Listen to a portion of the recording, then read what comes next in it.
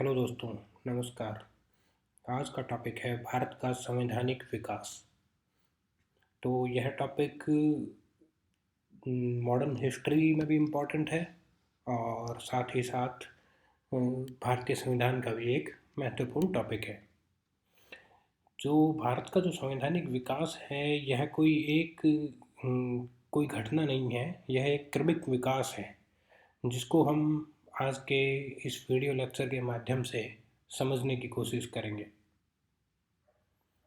तो जो भारत का संवैधानिक विकास है, इसमें हम देखेंगे कि इसको हम दो भागों में पढ़ेंगे। दोनों भाग इसी वीडियो में कवर करने की कोशिश करूँगा मैं। तो पहले भाग में जो कंपनी का शासन था वो, और दूसरे भाग में जो 1857 की क्रांति के बाद जो भारत का शासन है डायरेक्ट क्राउन के अंडर में आ जाता है। तो उसके दौरान कौन कौन से भारत शासन अधिनियम लाए गए थे, उन सभी की चर्चा इसी वीडियो के दौरान करेंगे।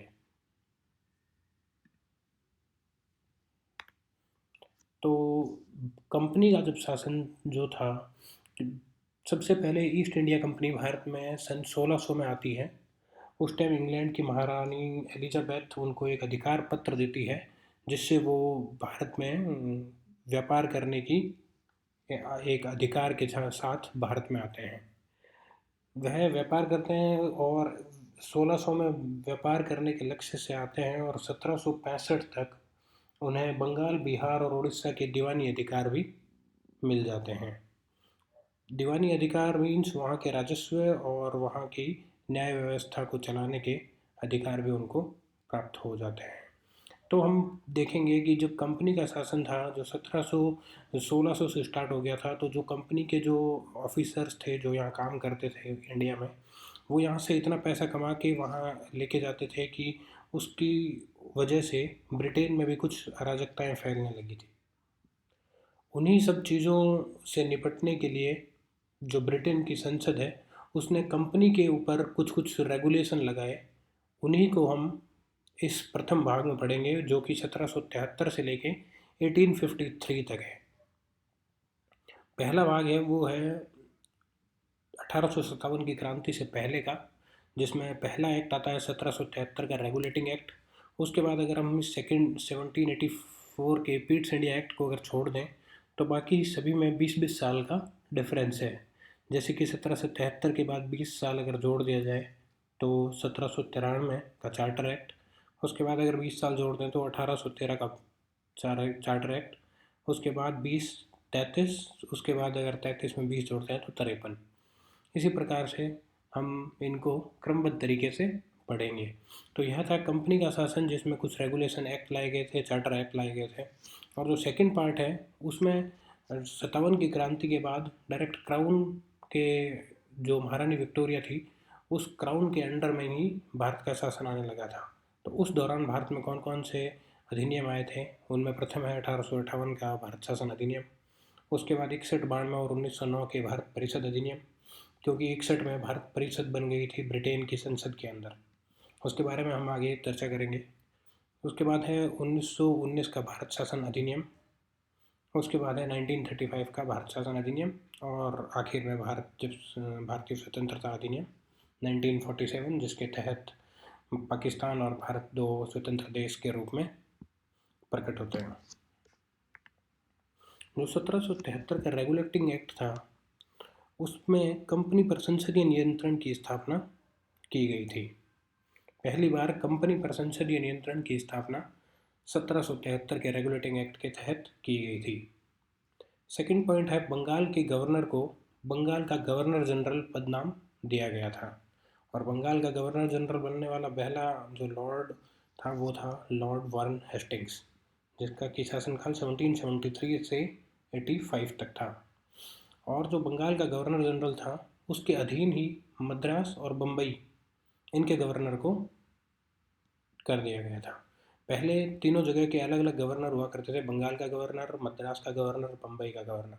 अब बंगाल के गवर्नर का पदनाम बदल के बंगाल का गवर्नर जनरल कर दिया गया और मद्रास और बम्बई के जो गवर्नर है उनको बंगाल के गवर्नर जनरल के अधीन कर दिया गया। इसी के साथ कलकत्ता में 1774 में 1773 रेगुलेटिंग एक्ट के एक साल बाद वो इसी एक्ट का हिस्सा थी, में उच्चतम न्यायालय की स्थापना की जाती है। इससे नेक्स्ट पढ़ेंगे 1784 का पिट्स इंडिया एक्ट। कंपनी के अधीन क्षेत्रों को पहली बार ब्रिटिश आधिपत्य का क्षेत्र कहा गया।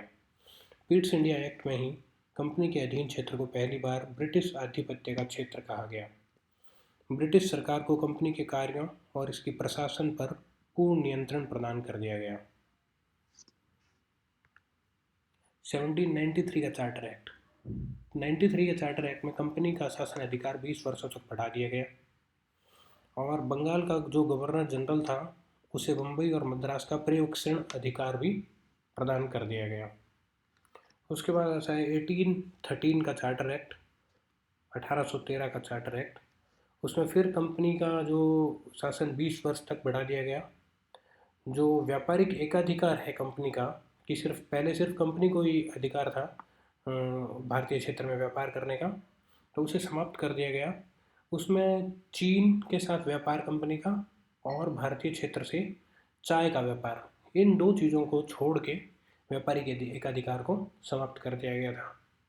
कंपनी को शिक्षा पर 1 लाख व्यय करना था और ईसाई मिशनरियों को भारत आने पर छूट प्रदान की गई थी। जो ईसाई मिशनरी थे वो अपने धर्म का प्रचार करते थे और लोगों को अपने धर्म के बारे में ज्ञान देते थे और लोगों का धर्म परिवर्तन भी किया करते थे। उसके बाद आता है 1833 का चार्टर एक्ट। इसमें भी अगेन 20 सालों के लिए कंपनी के शासन को बढ़ा दिया गया था। चीन के साथ वे चाय का व्यापार एकाधिकार भी इसमें समाप्त कर दिया था।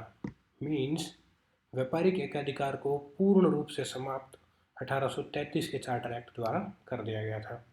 जाति व वर्ण के आधार पर सरकारी चयन में भेदभाव जो था उसे समाप्त कर दिया गया था। बंगाल का गवर्नर जनरल अब भारत का गवर्नर जनरल बन गया था और भारत का गवर्नर जनरल बनने वाला पहला लॉर्ड था लॉर्ड विलियम बेंटिक। और परिषद में एक विधि सदस्य भी शामिल किया गया था और ऐसा प्रथम विधि सदस्य मैकाले था, लॉर्ड मैकाले। 1833 एक्ट के तहत 1843 में एलनबरो द्वारा दास प्रथा को समाप्त किया गया था। जो दास प्रथा है वह समाप्त की गई थी 33 के चार्टर एक्ट में और उसे लागू 10 साल बाद 43 में लॉर्ड एलनबरो ने किया था। एक महत्वपूर्ण प्रश्न है, कई बार एग्जाम में पूछा जाता है। जो तीनों टिक मार्क लगाए हुए तीनों इंपॉर्टेंट क्वेश्चन हैं, Lord William Bentinck, Lord Macaulay, Lord Ellenborough. उसके बाद 1853 का चार्टर एक्ट। सिविल सेवकों की भर्ती एवं चयन हेतु खुली प्रतियोगिता की व्यवस्था की गई थी। प्रथम बार भारतीय केंद्रीय विधान परिषद में स्थानीय प्रतिनिधित्व प्रारंभ किया गया था। इसमें जो पहला पॉइंट है, सिविल सेवकों की भर्ती एवं चयन हेतु खुली प्रतियोगिता परीक्षा का प्रारंभ 1853 के चार्टर एक्ट के तहत किया गया था। उसके बाद आता है 1858 का भारत शासन अधिनियम।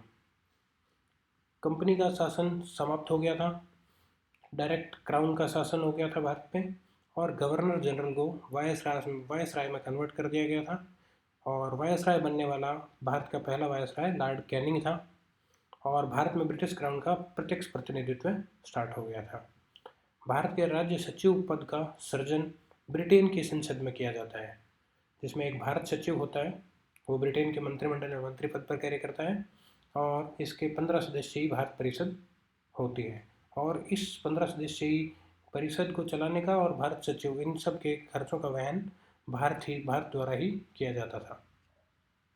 उसके बाद 1861 का भारत परिषद अधिनियम। एक और विधि सदस्य की नियुक्ति, विधानसभा की स्थापना 1861 का महत्वपूर्ण पॉइंट है। वायसराय को कुछ विकट परिस्थिति में अध्यादेश लाने का अधिकार भी 1861 भारत परिषद अधिनियम द्वारा प्रदान किया गया था। 1892 का भारत परिषद अधिनियम। निर्वाचन पद्धति का प्रारंभ सर्वप्रथम 1892 का भारत परिषद अधिनियम द्वारा दिया गया।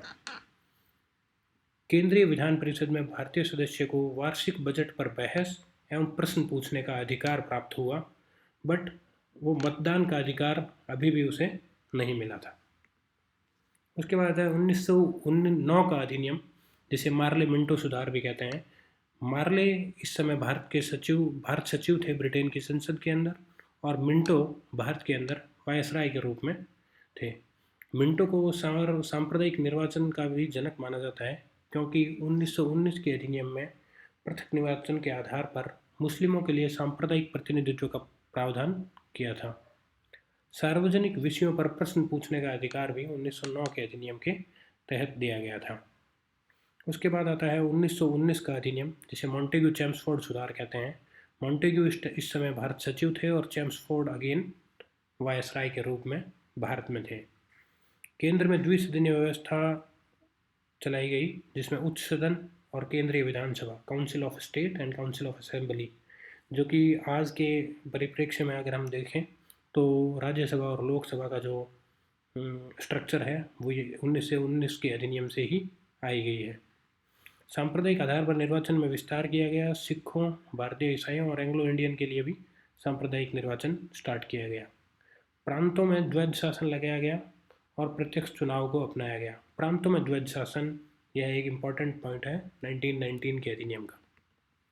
उसके बाद आता है 1935 का अधिनियम, जो कि काफ़ी इम्पोर्टेंट है। भारत का संघात्मक स्वरूप जो है 1935 के अधिनियम की ही देन है। अखिल भारतीय संघ का निर्माण, पहली बार भारत के कुछ राज्यों को मिला के और भारतीय संघ को ब्रिटेन की संसद ने माना था और उसे अखिल भारतीय संघ बोला था। केंद्रीय स्तर पर द्वैध शासन लगाया गया। 1919 में हम देखेंगे कि प्रांतों में द्वैध शासन था और 1935 में केंद्र स्तर पर द्वैध शासन लगाया गया। प्रांतों में जो द्वैध शासन था उसे समाप्त करके प्रांतों को स्वायत्तता दी गई। 3 प्रकार की जो सूची होती है, केंद्रीय सूची, राज्य सूची और समवर्ती सूची, वो भी 1935 के अधिनियम की ही देन है। संघीय न्यायालय की स्थापना होती है 1937 में, दिल्ली के अंदर जो सुप्रीम कोर्ट है उसकी, और संघीय बैंक RBI 1935 में स्थापना होती है।